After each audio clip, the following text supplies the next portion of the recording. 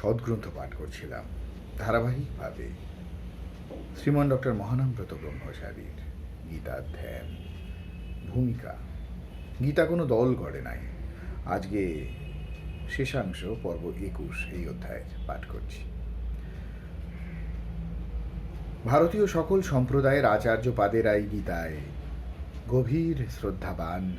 তাঁহারা বলিয়াছেন, গীতা সুগীতা কর্তব্যা কিমন্বয়ী শাস্ত্র বিস্তরী যা স্বয়ং পদ্মনাভস্য মুখপদ্মাদ্বিনিঃসৃতা। গীতা গ্রন্থখানিকে ভালোভাবে পাঠ করিতে হইবে, দায় সারাভাবে নিয়ম রক্ষা নয়। সুগীতা কর্তব্যা, অতি সুষ্ঠুভাবে গীতার্থ ধ্যান করত। এই একটি গ্রন্থ সুষ্ঠুভাবে অধীত থাকিলে আর কোনো শাস্ত্র আলোচনা না করিলেও চলিবে। যাহা কিছু জ্ঞাতব্য সবই গীতা দিয়াছেন।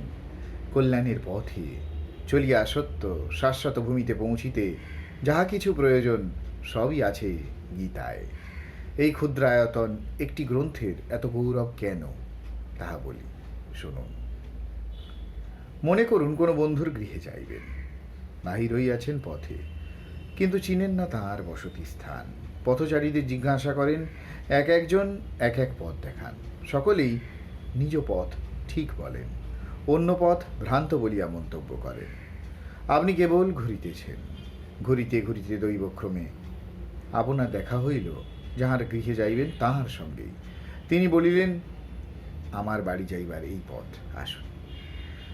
ইহার পরও কি আপনি আবার কোনো পথচারীর কাছে পথের সন্ধান জিজ্ঞাসা করিবেন? যার বাড়ি যাইবেন তিনিই যখন পথপ্রদর্শক, তখন আর চিন্তা কি?